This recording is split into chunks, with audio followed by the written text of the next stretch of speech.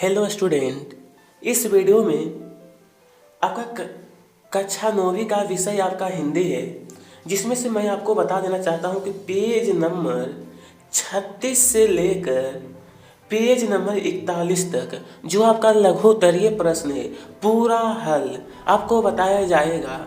तो स्टूडेंट यहाँ पर ध्यान दीजिए, तो आपका लघु उत्तरीय प्रश्न है गद्य साहित्य। इस प्रकार से देखिए, आपका पेज नंबर ये 36 है, तो 36 से लेकर के मैं आपको बताने वाला हूँ पेज नंबर, देखिए यहाँ तक पेज नंबर 41 देखें, यहाँ तक आपको कंप्लीट यानी कि टोटल क्वेश्चन है आपका 36 है। पूरा हल सरल तरीके से इस वीडियो में आपको बताया जाएगा। चलिए तो यहाँ पर ध्यान दीजिए, लघुत्तरीय प्रश्न नंबर 1 में कहा है गद्य साहित्य से क्या आशय है। लिखिए, आशय का मतलब इसका अर्थ। तो उत्तर, एक ऐसी रचना जो छंद, ताल, लय एवं तुकबंदी से मुक्त तथा विचार पूर्ण हो उसे गद्य कहते हैं तथा इसमें लिखा गया साहित्य गद्य साहित्य कहलाता है। दूसरा प्रश्न है गद्य की गौण विधाओं के बारे में लिखिए। गद्य की प्रमुख विधाएं, पहला नाटक, दूसरा उपन्यास, तीसरा एकांकी, कहानी, निबंध, आलोचना। ये हो गया आपका गद्य की गौण विधाएं। ठीक है। तीसरा प्रश्न 3, गद्य की प्रमुख विधाओं के नाम लिखिए। गद्य की गौण विधाएं इस प्रकार है: रिपोर्टाज, यात्रा वृत्तांत, रेखा चित्र, स्मरण, डायरी, जीवनी, साक्षात्कार, पत्र साहित्य, लघु कथा। यह आपका प्रमुख विधाएं।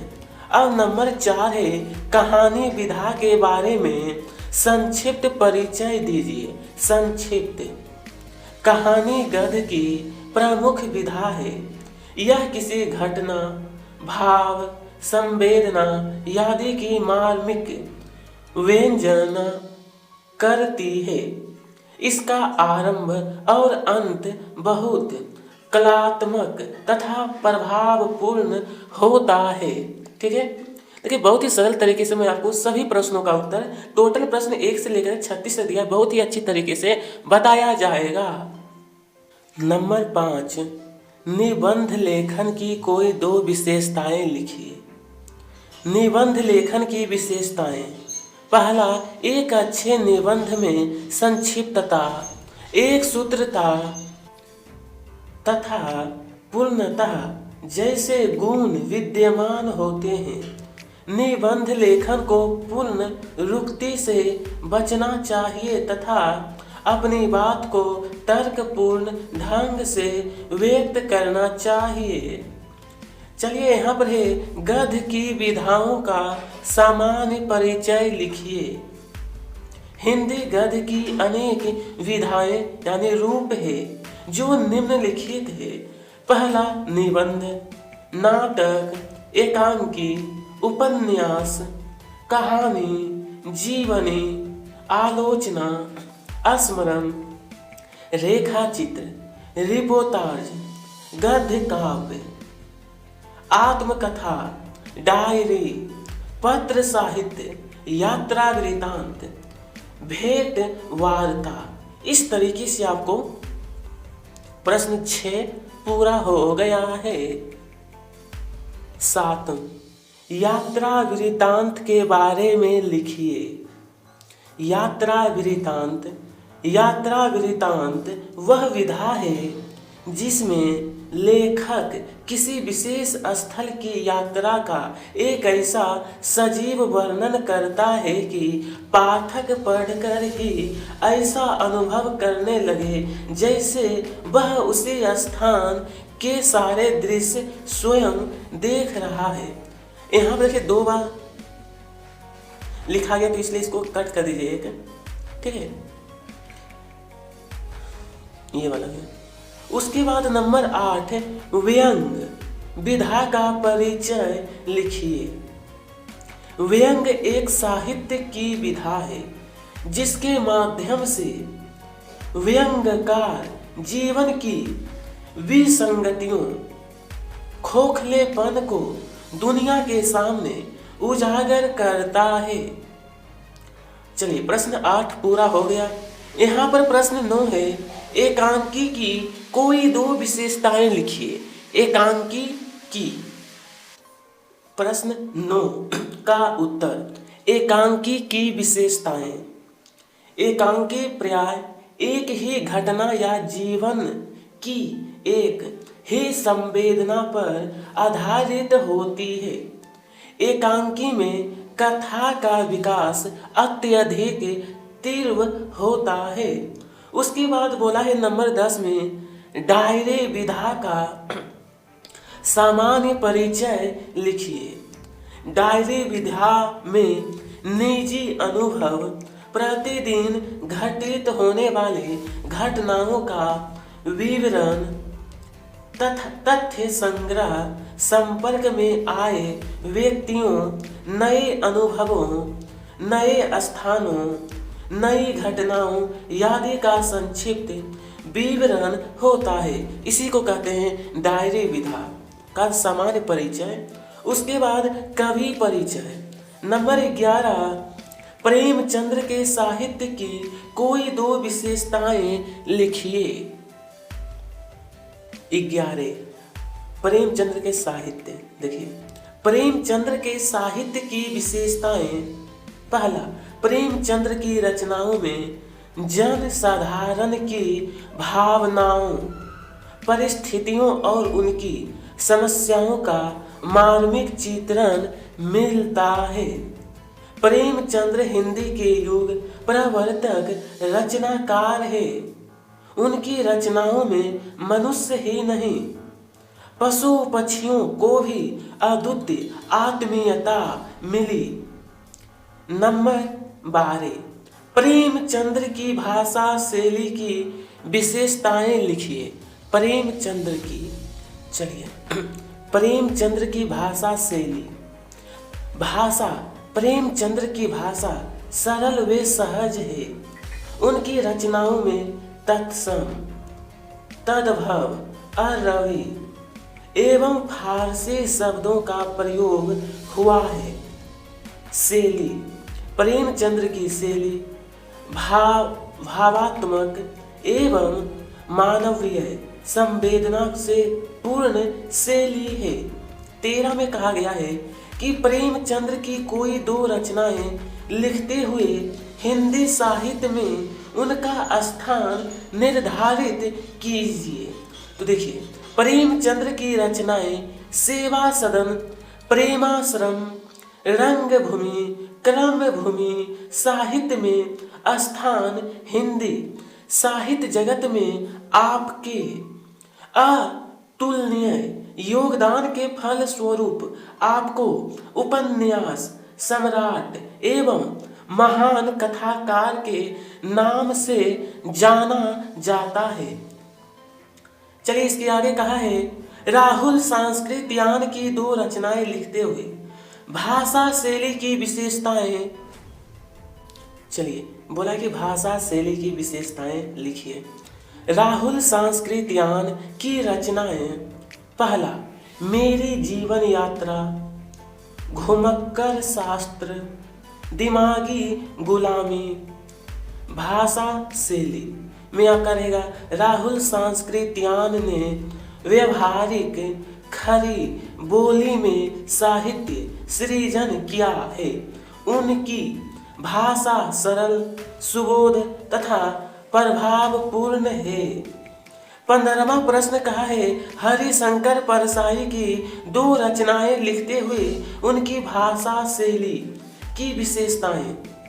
सो यहाँ पे एक लाइन और लिख लीजिए कि राहुल संस्कृत यान ने विषय तथा भाव के अनुरूप वर्णात्मक अथवा विवेचनात्मक व्यंग्यात्मक शैली का प्रयोग किया। ठीक है, अब यहाँ पर इसका उत्तर देखिए। प्रश्न 15, परसाई जी की रचना है। भूत के पांव पीछे, हंसते हैं रोते हैं। भाषा पर साई जी ने अपनी रचनाओं में सामान्य बोलचाल की भाषा, मुहावरे एवं लोकोक्तियां का प्रयोग किया है। शैली पर साई जी की रचनाओं में व्यंग्यात्मक, संवाद, वर्णनात्मक, भावात्मक शैली की प्रधानता है। नंबर 16 का है कि हरिशंकर परसाई का आधुनिक हिंदी साहित्य में स्थान निर्धारित कीजिए। 16 है हरिशंकर परसाई का आधुनिक हिंदी। तो देखिए, हरिशंकर परसाई ने समाज, राष्ट्र तथा मानव हित को ध्यान में रखकर जो रचनात्मक व्यंग किए हैं वे अनुपम है। अनोखे अंदाज में व्यंग करने वाले हरिशंकर परसाई का हिंदी साहित्य में विशिष्ट स्थान है। इसके बाद प्रश्न 17 है, महादेवी वर्मा की 2 रचनाएं एवं उनका हिंदी साहित्य में स्थान लिखिए। तो विद्यार्थी इसका उत्तर लिखना है। महादेवी वर्मा की रचनाएं निहार, नीरजा, रश्मि, यामा। हिंदी साहित्य में स्थान महादेवी वर्मा अपने साहित्य, व्यक्तित्व एवं अद्वितीय कृतित्व के आधार पर हिंदी साहित्य के आकाश में गरिमामय पद ध्रुव तारे की भांति अटल है। चलिए प्रश्न 18 कहा है कि महादेवी वर्मा की भाषा शैली की विशेषताएं लिखिए। भाषा, महादेवी जी की भाषा मधुर, कोमल व प्रभावपूर्ण, सरल है। उनकी रचनाओं में संस्कृत मिश्रित खरी बोली का प्रयोग मिलता है। ठीक है, इस तरीके से प्रश्न 18 भी हमारा पूरा हो गया है। चलिए अब 19 से देखेंगे। प्रश्न 19 में कहा है 2 बैलों की कथा। नंबर 19, कांजी होज में कैद पशुओं की हाजिरी क्यों ली जाती थी? तो कांजी होश में कैद पशुओं की हाजिरी सही संख्या की जानकारी के लिए ली जाती थी। चलिए, तो उसके बाद जानकारी के लिए ली जाती थी ताकि कोई जानवर कैद से भाग जाए तो तुरंत पता लगाया जा सके। चलिए प्रश्न 20 में कहा गया है छोटी बच्ची को बैलों के प्रति प्रेम क्यों उमड़ आया? सौतेली माँ के मारने से दुखी छोटी बच्चे पर बैलों ने अत्याचार देखा तो उनके प्रति उसके मन में प्रेम उमड़ आया। मन में प्रेम उमड़ आया। ठीक है, नंबर 20 तक हो गया है। इसके आगे 21, किन घटनाओं से पता चलता है कि हीरा और मोती में गहरी दोस्ती थी? हीरा और मोती आमने सामने या पास पास बैठकर मुख्य भाषा में विचारों का आदान प्रदान करते थे। एक चारा खाता था तो दूसरा भी खाने लगता। एक खाना बंद करने पर दूसरा भी बंद कर देता। हल या गाड़ी में चलते समय हर एक चाहत की उस पर ज्यादा वजन आए। इस तरह अनेक घटनाएं हैं जिनके हीरा मोती की गहरी दोस्ती का पता चलता है। प्रश्न 22 में कहा गया है प्रेमचंद्र की कोई 2 कहानी के नाम लिखिए। पंच परमेश्वर, नमक का दारोगा, कफन, पूस की रात। 23 में है कहानी में बैलों के माध्यम से कौन कौन सी नीति विषयक मूल उभर कर आए हैं, लिखिए। इसका उत्तर है कहानी में बैलों के माध्यम से निम्नलिखित नीति विषयक मूल उभर कर सामने आए हैं। पहला, विपत्ति के समय हमेशा मित्र की सहायता करनी चाहिए। आज़ादी अमूल्य है। तीसरा, आज़ादी के लिए हमेशा सजग एवं संघर्षशील रहना चाहिए। अपने समुदाय के लिए अपने हितों का त्याग करने के लिए तैयार रहना चाहिए। चलिए प्रश्न संख्या यहाँ पर है 24 में, तिब्बत के लोग क्या लेकर घूमते हैं?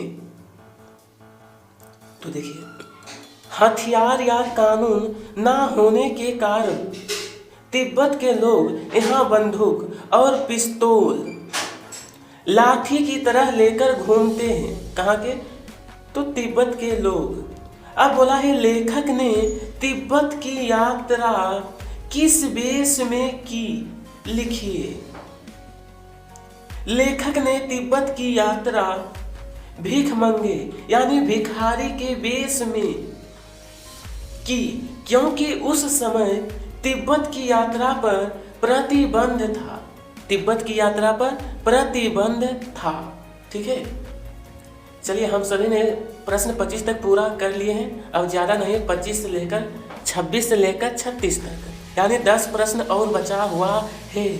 26, तिब्बत यात्रा के दौरान लेखक राहुल सांस्कृतियान को किन कठिनाइयों का सामना करना पड़ा? तिब्बत यात्रा के दौरान लेखक को जो कठिनाइयाँ हुई वे इस प्रकार हैं। पहला, तिब्बत जाने का मार्ग पहाड़ी पर था, यथा चढ़ाई करनी पड़ती थी। दूसरा, हर जगह घोड़े नहीं मिलते थे और मार्ग में डाकुओं का भय बना रहता था।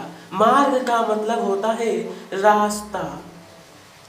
प्रश्न संख्या 27 से, लेखक राहुल सांस्कृतियान ने डाकुओं से बचने के लिए कौन सा साधन अपनाया? लेखक राहुल सांस्कृतियान ने डाकुओं से बचने के लिए अपनी वास्तविक पहचान छुपाकर भिखमंगे का वेश धारण किया। प्रश्न 28, तिब्बत में कानून व्यवस्था कैसी है? अपने शब्दों में लिखिए। प्रश्न 28 जो कहा है ना कि तिब्बत में कानून व्यवस्था, तिब्बत में कानून व्यवस्था की स्थिति बहुत खराब होने के कारण यात्रियों की स्थिति दयनीय थी। पिस्तौल और बंदूक का उपयोग लाठी के स्थान पर किया जाता था। यहाँ की सरकार खुफिया विभाग और पुलिस पर ज्यादा खर्चा नहीं करती थी। भौगोलिक परिस्थितियों के कारण गवाह वे सुरक्षा भी उपलब्ध नहीं थी। चलिए यहाँ पर कहा है उपभोक्तावादी संस्कृति। प्रश्न 29, आज की उपभोक्तावादी संस्कृति हमारे दैनिक जीवन को किस प्रकार प्रभावित कर रही है? आज की उपभोक्तावादी संस्कृति हमारे दैनिक जीवन पर हावी हो रही है। मनुष्य आधुनिक बनने की होड़ में बौद्धिक दास्ता स्वीकार कर रहा है। पश्चिम की संस्कृति का अनुकरण किया जा रहा है। उत्पाद को उपभोग की दृष्टि से नहीं बल्कि दिखाने के लिए खरीदा जा रहा है। विज्ञापन के प्रभाव से हम भ्रमित हो रहे हैं। इस तरीके से आपको प्रश्न 29 कंप्लीट करना है। इसके बाद प्रश्न 30 में कहा है लेखक श्यामचरण दुबे ने उपभोक्तावादी संस्कृति को हमारे समाज के लिए चुनौती क्यों कहा है? तो देखिए, उपभोक्तावादी संस्कृति से हमारी सांस्कृतिक असीमता का ह्रास हो रहा है। इसके कारण हमारी सामाजिक नींद खतरे में है।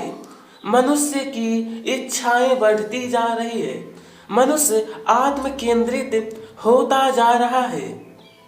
सामाजिक दृष्टिकोण से यह एक बड़ा खतरा है एवं भविष्य के लिए यह एक बड़ी चुनौती है।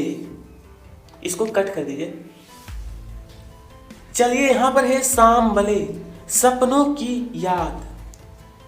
किन घटना ने सालिम अली के जीवन की दिशा को बदल दिया? तो देखिए, बचपन की एक घटना ने सालिम अली के जीवन की दिशा बदल दी। उनकी एयर गन से एक गौरैया घायल हो गई थी। वे गौरैया के बारे में जानने के प्रयास में लग गए और पक्षी प्रेमी हो गए। तो इस तरीके से प्रश्न 31 को पूरा करना है। चलिए इसके आगे प्रश्न 32, सालिम अली पक्षी प्रेमी कैसे बने? लिखिए। सालिम अली की एयर गन से एक गौरैया घायल हो गई।